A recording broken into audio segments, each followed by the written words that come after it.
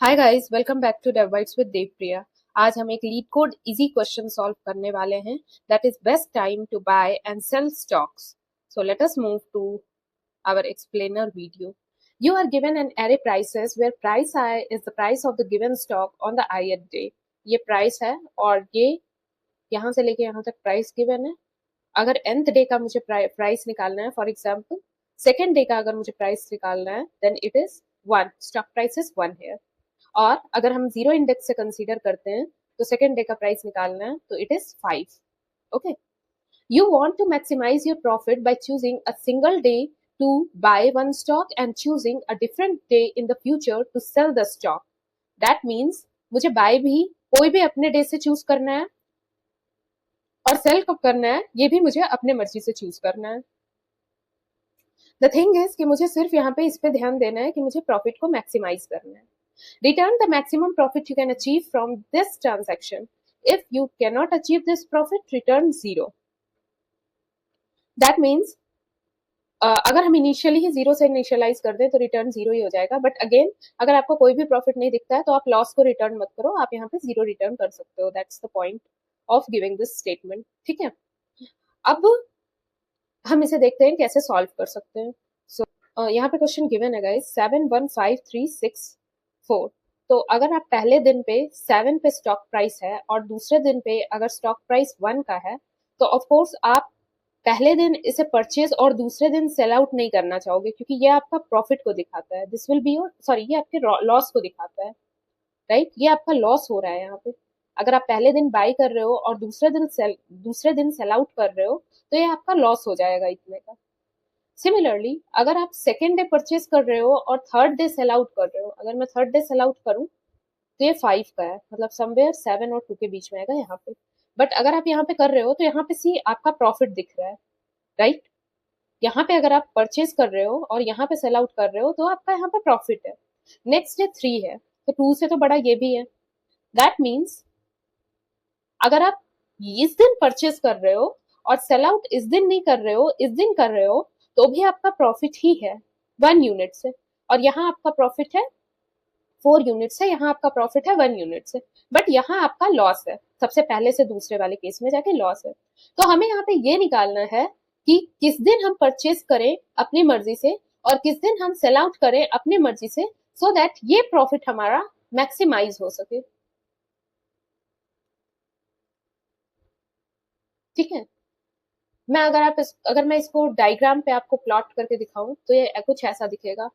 First day है हमारा 7, second day है हमारा 1, थर्ड डे है 5, फोर्थ डे है 3, फिफ्थ डे है 6, नेक्स्ट डे है 4.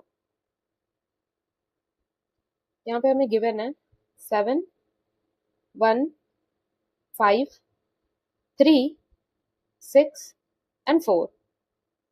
दैट मीन्स अब हम देखते हैं कि हमारा प्रॉफिट और लॉस कितना होता है.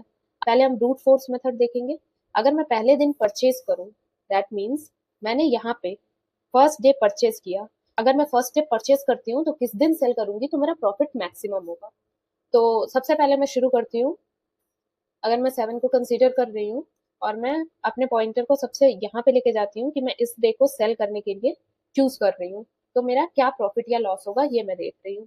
तो अगर मैं यहाँ से यहाँ जाती हूँ तो मेरा यहाँ से लेके यहाँ तक का एक लॉस. कितने यूनिट्स का लॉस है? 6 यूनिट्स का लॉस है. ठीक है, सिमिलरली अगर मैं परचेज 7 वाले डे करती हूँ और थर्ड डे सेल आउट करती हूँ, मतलब यहाँ पे, तो मेरे को यहाँ पे 2 यूनिट्स का लॉस है. सिमिलरली मैं आगे बढ़ती हूँ, अब परचेज फर्स्ट डे ही किया है और सेल कर रही हूँ मैं अपने फोर्थ डे पे, तो यहाँ पे भी मुझे लॉस है. कितने यूनिट्स का लॉस है? 4 यूनिट्स का लॉस है. अब मैं आगे बढ़ती हूँ, मैं आगे जा रही हूँ. यहाँ पे मैंने फर्स्ट डे परचेज किया, सेकेंड डे सेल किया, तो यहाँ पे भी मुझे लॉस है. 7 में खरीदा था, 6 में बेच दिया, तो यहाँ पे मेरे को 1 यूनिट का लॉस है. सिमिलरली मैं बिल्कुल लास्ट तक जाऊंगी और देखूंगी कि मैंने 7 में खरीदा था और 4 में बेच दिया, तो मुझे यहाँ पे 3 यूनिट्स का लॉस है. तो मुझे ये पता चला कि यहाँ पे जो मैक्सिमम प्रॉफिट जो हमारा है वो यहाँ पे 0 ही होगा. क्योंकि अगर खरीद लिया 7 वाले day, then I will wait for the stock price to increase to get maximum profit. ठीक है, तो अब मैं यहाँ से प्रॉफिट को अपना हटाऊंगी और मैं कहूंगी व्हाट इफ कि मैं सेकेंड वाले डे पे परचेज करूं। ठीक है, फर्स्ट वाले डे से मैंने अपना परचेज हटा दिया और सेकेंड वाले डे पे परचेज ले आई। ऑफ कोर्स गाइस, ये सेल यहाँ नहीं है, ये सेल पूरा इटरेट किया है, बट ठीक है, मैं परचेज फर्स्ट वाले डे से हटा दी और अब सेकेंड वाले डे पे लेके आई हूँ। लेट अस सी कि अगर मैं परचेज यहाँ पे रखती हूँ तो मेरा कितना प्रॉफिट या लॉस होता है। ठीक है, तो अब मैं प्रॉफिट और लॉस के लिए आगे कैलकुलेट कर रही हूँ। सो अब मैं यहाँ पे अगर परचेज कर रही हूँ तो मेरे को इसके ब्रूट फोर्स मेथड में मेरे को सबके साथ मेरे को इसका देखना पड़ेगा कि यहाँ से लेके सेल यहाँ से लेके यहाँ तक मैं इटरेट करूंगी और देखूंगी कि किसके साथ कितना प्रॉफिट या लॉस हुआ है। तो सबसे पहले मैं 1 से 5 तक तो जाती हूँ। यहाँ पे मुझे 4 का प्रॉफिट हुआ है। ठीक है, तो मैं यहाँ पे मैक्स को अब अपडेट कर दूंगी 4 से। नेक्स्ट मैं 1 से लेके जाती हूँ 3 तक, तो यहाँ पे मेरे को +2 का प्रॉफिट हो रहा है। बट +2 जो है ये हमारे ऑलरेडी मेरे को ऐसा मिल गया है कि अगर मैं फर्स्ट डे खरीदूं, 1 वाले डे अगर मैं खरीदूं और मैं 5 वाले डे सेल आउट कर दूं तो मुझे 4 का प्रॉफिट मिल रहा है। तो अब अगर मेरे को +2 3 का भी प्रॉफिट मिलता है मुझे, तो मैं इसे सेल आउट नहीं करूंगी। नेक्स्ट मैं देखूंगी 6 के साथ। अब मैं 6 के पास जा रही हूँ, दैट मीन्स मैंने 1 वाले दिन खरीदा और 6 वाले दिन बेच दिया, तो मुझे पता चल रहा है कि मुझे 5 का प्रॉफिट हो रहा है। तो अब मैं यहाँ पे जाके मैक्सिमम प्रॉफिट को इंक्रीज करके 5 लिख दूंगी। सिमिलरली मैं नेक्स्ट डे जाती हूँ और मैं देखती हूँ कि मैंने 1 मैं परचेज किया था और सेल आउट कर रही हूँ मैं 4 में, तो मुझे यहाँ पे पता चलेगा कि मुझे 3 यूनिट्स का प्रॉफिट हो रहा है। ठीक है, यहाँ पे मैक्सिमम ये था तो मैंने अपना मैक्सिमम 5 के साथ अपडेट कर दिया है। ठीक है, अब हम आगे बढ़ेंगे और आगे बढ़ के देखेंगे कि अब मैं अपना पी यहाँ पे नहीं रख रही हूँ, अब मैं अपना इससे आगे लेके जा रही हूँ, दैट इज यहाँ पे मैंने अपने परचेज को रखा और सेल के लिए मैं सब जगह जाऊंगी। यहाँ से सेल शुरू होगा और आगे तक जाएगा। ठीक है, ये पूरा सेल यहाँ पे चलेगा। तो अब मैं थर्ड पे हूँ और थर्ड से शुरू करके देखती हूँ। अगर मैं 3 पे खड़ी हूँ तो यहाँ पे जाने पे मुझे लॉस होगा। ठीक है, कितने का लॉस होगा? 2 का लॉस होगा। तो मैं यहाँ पे कुछ भी नहीं करूंगी। अब मैं दूसरे पे जा रही हूँ, 6 पे जा रही हूँ, तो मेरे को यहाँ पे प्रॉफिट होगा और प्रॉफिट कितने का होगा? +1 का होगा। पर हम यहाँ पे कुछ अपडेट नहीं करेंगे क्योंकि हमारे पास ऑलरेडी +5 का प्रॉफिट है। तो अब हम नेक्स्ट पे जाएंगे, उससे कंपेयर करेंगे। यहाँ पे मेरे को 5 से 4 में जाने पे -1 का लॉस हो रहा है, तो यहाँ पे लॉस है तो हम कुछ भी नहीं करेंगे। ठीक है, अब हम इससे आगे चलते हैं। इससे आगे हम जाते हैं, हमारा सेल और परचेज दोनों अपडेट होगा। तो यहाँ पे परचेज अब उठ के यहाँ पे आ जा रहा है और सेल के लिए मैं दूसरा यूज कर लेती हूँ। यहाँ हमारा सेल आ गया है और सेल जाएगा दोनों में अप टू एंड। तो अगर मैं यहाँ पे हूँ और मैं यहाँ पे आके देख रही हूँ कि अगर मेरा यहाँ परचेज है तो मेरा सेल कितने का होगा? तो लेट मी जस्ट, ये मेरा सेल हुआ है +3 का। यहाँ पे मेरे को +3 का प्रॉफिट है, बट मैं यहाँ पे जाके देखूंगी मेरे पास ऑलरेडी +5 का प्रॉफिट पड़ा हुआ है, तो मैं +3 के प्रॉफिट को ऑप्ट आउट नहीं करूंगी। सिमिलरली मैं यहाँ पे आऊंगी और एक और अपने प्रॉफिट को देखूंगी। ये मेरा प्रॉफिट बन रहा है 3 से 4 में +1 का, बट अगेन यहाँ पे मेरा प्रॉफिट बन रहा है +1 का, बट अगेन क्योंकि मेरे पास ऑलरेडी +5 का प्रॉफिट है तो मैं इसको अपडेट नहीं करूंगी। अब मैं अपने पॉइंटर्स को फिर अपडेट कर लेती हूँ, प्रॉफिट को यहाँ ले सॉरी परचेज को यहाँ ले आती हूँ और सेल ये पूरा होगा। तो सेल्स के लिए मैं लेट मी सी गाइस नया पेन यूज कर लेती हूँ। ये सेल है हमारा एंड लेट मी सी, अगर मैं यहाँ पे खड़ी हूँ तो मेरा बस यहाँ से यहाँ पे आएगा एक line. I think guys line black है तो दिख रहा नहीं है, बट अगेन हम काम चला सकते हैं। सो यहाँ से यहाँ तक एक लाइन आएगा, बट इसमें हमारा लॉस होगा -2 का। सिंस हमारा -2 का लॉस है हम इसे कंसीडर ही नहीं करेंगे। ठीक है, सो यहाँ पे हमने देखा कि मैक्सिमम प्रॉफिट जो हम डिराइव कर पाए हैं वो 5 का है और यही हमने हमारे पे यहाँ पे आउटपुट में भी गिवन है। राइट, ऑल राइट, तो यही हमारा आंसर हो जाएगा। बट अगर हम देखें कि हमने यहाँ पे कैसे आइटरेट किया है, तो हमारी यहाँ पे टाइम कॉम्प्लेक्सिटी जो है वो आएगी। एक बार हमने परचेज को पूरा का पूरा इटरेट किया है तो उसके लिए ऑर्डर ऑफ एन हो जाएगा, और एक बार मैंने सेल्स को पूरा का पूरा ऑपरेट किया है तो दो फॉर लूप चलेगा। एक फॉर लूप चलेगा परचेज के लिए, एक फॉर लूप चलेगा सेल्स के लिए, दोनों ऑर्डर ऑफ एन होंगे तो ये ऑर्डर ऑफ एन स्क्वायर हो जाएगा आंसर। अब हम देखते हैं क्या हम इसे ऑप्टिमाइज कर सकते हैं। अब ऑप्टिमाइज करने के लिए हमें क्या देखना पड़ेगा, ऑप्टिमाइज करने के लिए हमें ये देखना पड़ेगा कि क्या हम किसी भी तरीके से ऐसा कोई, अब एक चीज और आपको देखना पड़ेगा, यहाँ पे डिफरेंस 6 का है, हमें 5 आउटपुट में आंसर मिला है, बट यहाँ पे पहले से दूसरे में हम जा रहे हैं तो यहाँ पे 6 का डिफरेंस है, बट सिंस ये डिफरेंस नेगेटिव है इसीलिए हम इसे कंसीडर नहीं कर रहे हैं। दैट मीन्स इन दोनों के बीच में डिफरेंस तो है, बट हम बैक इन द डेट नहीं जा सकते, 1 से 7 में नहीं जा सकते, हम 7 से ही 1 की तरफ आ सकते हैं। तो हमने देखा मैक्सिमम डिफरेंस कुछ और भी है, लेकिन सिंस वो नेगेटिव है तो हम बैक इन द डेज नहीं जा सकते हैं, इसलिए हम इसे कंसिडर नहीं कर रहे हैं। दैट मीन्स हम सिर्फ और सिर्फ फॉरवर्ड चल सकते हैं।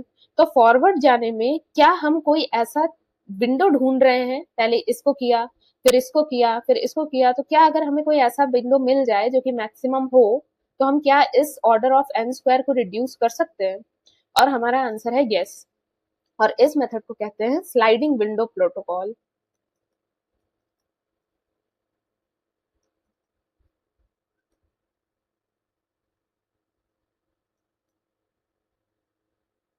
ठीक है, इस मेथड को जो आगे मैं आपको शो करने वाली हूँ उसको कहेंगे स्लाइडिंग विंडो प्रोटोकॉल। सो एक बार मैं क्वेश्चंस को फिर से लिख लेती हूँ। 7 1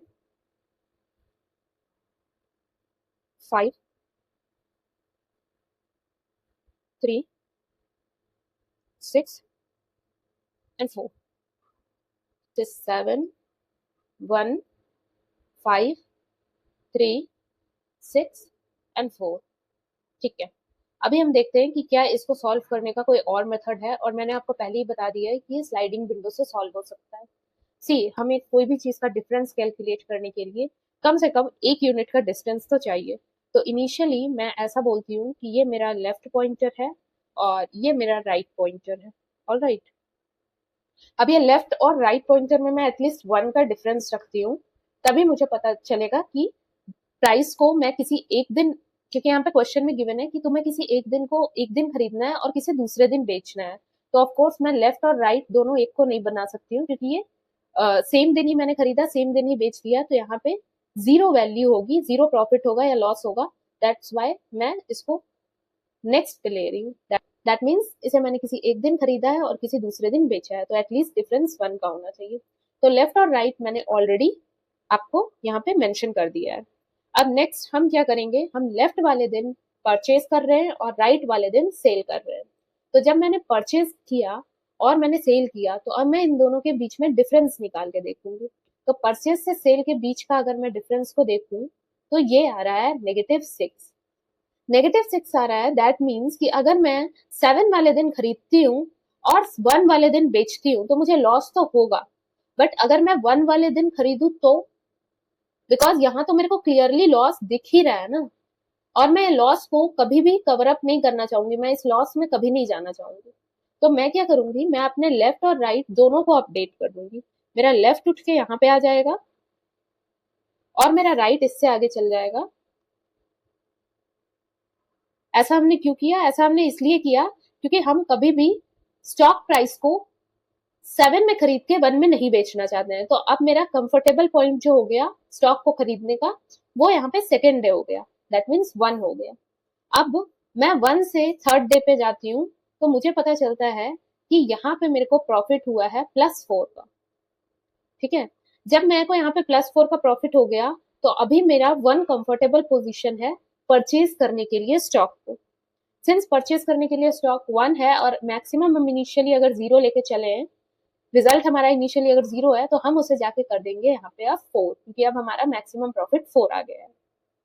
नेक्स्ट हम क्या करना चाहेंगे, हम अभी 1 पे ही रहना चाहेंगे क्योंकि यहाँ से मुझे प्रॉफिट मिल रहा है। तो हम सिर्फ अपने राइट पॉइंटर को, मतलब सेलिंग डे को जाके आगे बढ़ा देंगे।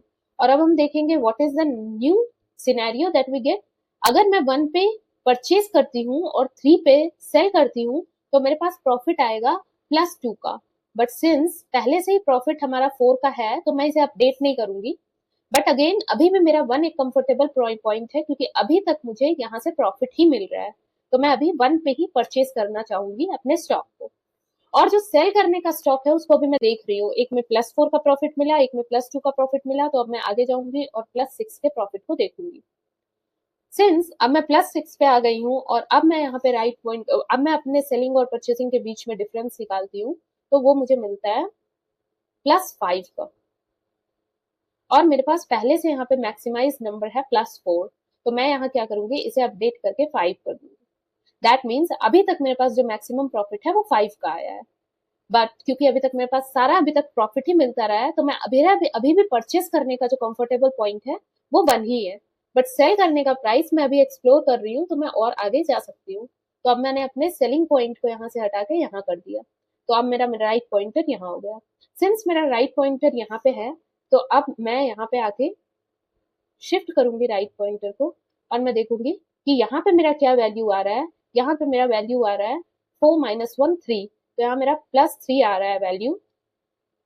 यहाँ मेरा +3 आ रहा है value, +3 means 3 units of profit, but already मेरे पास 5 यूनिट्स ऑफ प्रॉफिट पड़ा हुआ है। तो मैं क्या करूंगी, +3 यूनिट्स ऑफ प्रॉफिट को कंसीडर नहीं करूंगी मैक्सिमाइज करने के लिए, बट अगेन मेरा कंफर्टेबल पॉइंट +1 ही है अभी प्रॉफिट सॉरी स्टॉक परचेज करने के लिए, बिकॉज अभी तक मैं लॉस में तो एटलीस्ट नहीं गई हूँ और मेरा मैक्सिमम प्रॉफिट 5 आया है, तो ये मेरा आंसर हो जाएगा। नाउ सपोज सपोज ये क्वेश्चन में नहीं गिवन है, बट मैं आपको आगे लेके जाना चाह रही हूँ। मैं यहाँ पे कह देती हूँ कि मेरे पास एक और स्टॉक प्राइस है यहाँ पे, जो कि अब आ गया है 0 का। ऑल राइट, ये 0 है हमारा, यहाँ पे एक है, ठीक है, यहाँ पे हमारा 0 है, और प्रॉफिट है उसको मैं कर देती हूँ यहाँ पे 8 का। ठीक है, ये मैंने आपको दिखाने के लिए किया है कि अब मेरे पास जो प्रॉफिट है वो मैं 8 का कर ली हूँ, बीच में ये 0 है हमारे पास, और उसके बाद फिर ये 8 है हमारे पास। अब हमारा राइट पॉइंटर कैसे बिहेव करेगा या लेफ्ट पॉइंटर कैसे बिहेव करेगा, तो अब मैं आगे बढ़ती हूँ, और आगे बढ़ने के बाद मेरे को यहाँ पे 1 से 0 तक आने के लिए मेरे को -1 का ट्रेवल करना पड़ रहा है। दैट मीन्स -1 का ट्रेवल करना पड़ रहा है, दैट मीन्स ये हमारा लॉस हो गया। ठीक है, तो ये अब मेरा कंफर्टेबल पॉइंट नहीं है। दैट मीन्स मैं अपने लेफ्ट पॉइंटर को अब शिफ्ट कर लूंगी यहाँ से यहाँ पे। ठीक है, और क्योंकि राइट पॉइंटर +1 हो जाता है, ऑफ कोर्स पहले राइट पॉइंटर यहाँ आया होगा, वो मैं लिखना भूल गई हूँ, बट गेट द कॉन्टेक्स्ट। अगर लेफ्ट पॉइंट, अगर यहाँ पे कोई और छोटा नंबर आता है, दैट मीन्स अगर मेरे को लॉस मिलता है, तो मैं लेफ्ट पॉइंटर को यहाँ करूंगी और राइट पॉइंटर को यहाँ करूंगी। अब मैं नेक्स्ट सारे नंबर्स को ये नए लॉस से चेक करना शुरू करूंगी। दैट मीन्स अब मैं 0 से कंपेयर करूंगी कि जो अगला नंबर है वो क्या है। अगर यहाँ पे अगला नंबर हमारे पास होता, सपोज यहाँ पे होता, अभी यहाँ 8 है, बट अगर यहाँ पे 3 होता या 4 होता, तो हमारा प्रॉफिट आता 0 to 3 +3। ठीक है, यहाँ पे प्रॉफिट हमारा +3 आता, बट क्योंकि ऑलरेडी प्रॉफिट +5 है, तो हम इस +3 को इग्नोर कर देते। बट यहाँ पे ऐसा नहीं है, यहाँ पे अभी मैंने 8 डाला है, तो यहाँ पे ये 8 तक जाएगा, और यहाँ से हमारा प्रॉफिट जो मिल रहा है वो हमारा प्रॉफिट मिल रहा है +8 का। दैट मीन्स कि ये अपडेट हो जाएगा और 8 हमारा न्यू आंसर हो जाएगा। इसको हम स्लाइडिंग विंडो प्रोटोकॉल कहते हैं। क्यों कहते हैं, आपको पता चल रहा होगा कि यहाँ तक हमने एक बार एक चीज को स्लाइड किया है, ठीक है, फिर हमने यहां से लेके यहां तक किसी और चीज को स्लाइड किया है, ठीक है, और सिमिलरली हमने यहां से लेके यहां तक किसी थर्ड चीज को स्लाइड किया है। दैट मीन्स हम यहाँ पे लेफ्ट रख के यहाँ तक राइट के पास आ रहे हैं। That means try to understand guys, ये बहुत इंपॉर्टेंट कॉन्सेप्ट है। स्लाइडिंग विंडो हम बहुत सारे क्वेश्चन को में यूज करेंगे। दैट मीन्स हम यहाँ पे लेफ्ट पॉइंटर रख के यहाँ तक आए हैं राइट में, यहाँ पे लेफ्ट पॉइंटर रख के राइट में यहाँ तक आए हैं, और यहाँ पे लेफ्ट पॉइंटर रख के राइट में यहाँ पे आए हैं। एक बार हम लेफ्ट डिफाइन कर देते हैं, फिर हम अपने विंडो को स्लाइड करते जाते हैं और देखते हैं मैक्सिमम प्रॉफिट कहाँ पे मिल रहा है। तो इसी को कहते हैं स्लाइडिंग विंडो प्रोटोकॉल। यहाँ पे हमारा लेफ्ट पॉइंटर और राइट पॉइंटर दोनों एक साथ चल रहा है। दैट मीन्स हमारा जो टाइम कॉम्प्लेक्सिटी लगा है वो 1 आइटरेशन का लगा है, that is order of n। ठीक है, और जो स्पेस कॉम्प्लेक्सिटी है हमारा वो ऑर्डर ऑफ 1 है क्योंकि हमने कोई भी एक्स्ट्रा स्पेस यूज ही नहीं किया है। तो यहाँ पे हम अगर अपना लास्ट सॉल्यूशन देखें तो यहाँ पे हमारा जो टाइम कॉम्प्लेक्सिटी था वो ऑर्डर ऑफ एन स्क्वायर लगा था। देख पा रहे हो यहाँ पे ऑर्डर ऑफ एन स्क्वायर है टाइम कॉम्प्लेक्सिटी, बट यहाँ पे हमने अपने टाइम कॉम्प्लेक्सिटी को इम्प्रोवाइज कर दिया है और ऑर्डर ऑफ एन पे ले आए हैं, which is a very good progress. और जो स्पेस कॉम्प्लेक्सिटी है वो अभी भी ऑर्डर ऑफ 1 है, पहले भी ऑर्डर ऑफ 1 ही थी, बिकॉज चाहे ब्रूट फोर्स हो या स्लाइडिंग विंडो प्रोटोकॉल हो, हमने कहीं पे भी एक्स्ट्रा स्पेस या एरे डिफाइन नहीं किया है, हमने दोनों जगह यूज 2 पॉइंटर्स को ही किया है।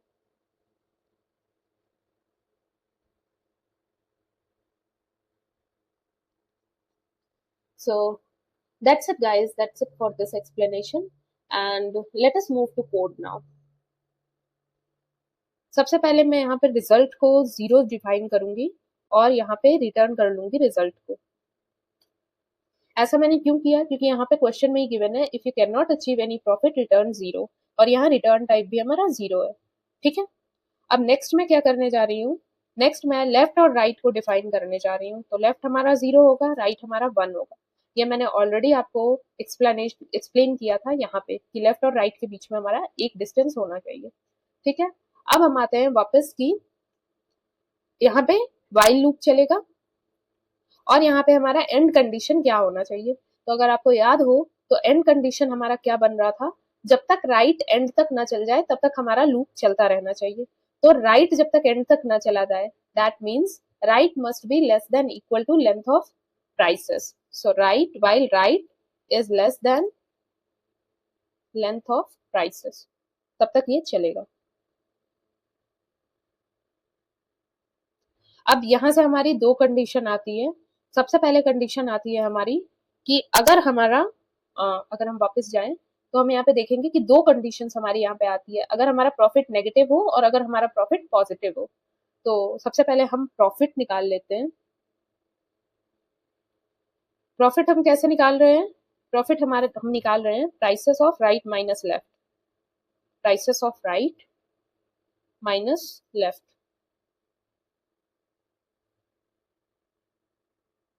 ठीक है, ये हमारा प्रॉफिट है। तो अगर मैं कह रही हूं if my profit is less then 0,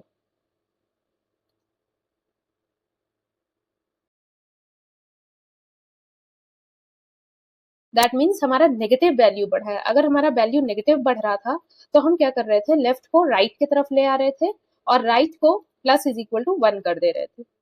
और अगर ऐसा केस नहीं था, दैट मीन्स ये हमारा नेगेटिव प्रॉफिट था, दैट मीन्स हमारा लेफ्ट और राइट दोनों अपडेट होगा। और अगर हमारा प्रॉफिट आ रहा है, दैट मीन्स प्रॉफिट 0 है या 0 से ऊपर है, तो मैं क्या करूंगी, इनफैक्ट 0 में भी हमें कुछ भी नहीं करना था। तो यहाँ पे हमारा, यहाँ हम एज्यूम कर रहे हैं कि पॉजिटिव प्रॉफिट आ रहा है या 0 प्रॉफिट आ रहा है, वॉट एवर। तो यहाँ पे मेरे को अपने रेस्ट को, दैट मीन्स रिजल्ट को अपडेट करना पड़ेगा। क्या होगा रिजल्ट, मैक्सिमम ऑफ रिजल्ट और प्रॉफिट। अगर प्रॉफिट बढ़ा है तो रिजल्ट में प्रॉफिट आ जाएगा, अदरवाइज रिजल्ट में रिजल्ट रहेगा। एंड हमें राइट को तो एनी हाउ अपडेट करना ही है। सिंस राइट यहाँ भी अपडेट हो रहा है और यहाँ भी अपडेट हो रहा है, मैं इसे इफ और एल्स से बाहर रख देती हूँ। That means what ever may be the condition, चाहे प्रॉफिट हुआ हो या नहीं हुआ हो, राइट हमारा अपडेट होगा ही। लेफ्ट को अपडेट करने का ये है कि अगर लॉस हो रहा है हमारा तो लेफ्ट को अपडेट करो, अदरवाइज लेफ्ट को अपडेट मत करो। अगर प्रॉफिट हो रहा है तो फिर रिजल्ट को अपडेट करो, जो मैक्सिमम प्रॉफिट है रिजल्ट में यहाँ पे वो स्टोर होगा। ठीक है, और let me just run this code. तो गाइज ये चल रहा है, अब मैं इसे सबमिट करके दिखाती हूँ आपको। ये सबमिट हो गया है। अगेन क्योंकि मैं इस पर ट्रस्ट नहीं करती हूँ तो मैं आपको बता देती हूँ फिर से कि टाइम कॉम्प्लेक्सिटी यहाँ हमारा ऑर्डर ऑफ एन है, और जो स्पेस कॉम्प्लेक्सिटी है हमारा, हमने स्पेस कॉम्प्लेक्सिटी कुछ भी एक्स्ट्रा नहीं लिया है, दैट्स वाई स्पेस के लिए सिर्फ 2 वेरिएबल्स यूज किए हैं, दैट इज ऑर्डर ऑफ 1। तो हमारी time complexity order of n हो गई, एक वाइल लूप चली है, और time space complexity order of 1 हो गई क्योंकि कोई भी हमने एक्स्ट्रा स्पेस यूज नहीं किया है। सो गाइज अगर ये वीडियो आपको थोड़ा सा भी हेल्प किया हो तो प्लीज वीडियो को लाइक करना, चैनल को सब्सक्राइब करना, एंड यस हम नेक्स्ट वीडियो में मिलते हैं with another problem. Bye bye.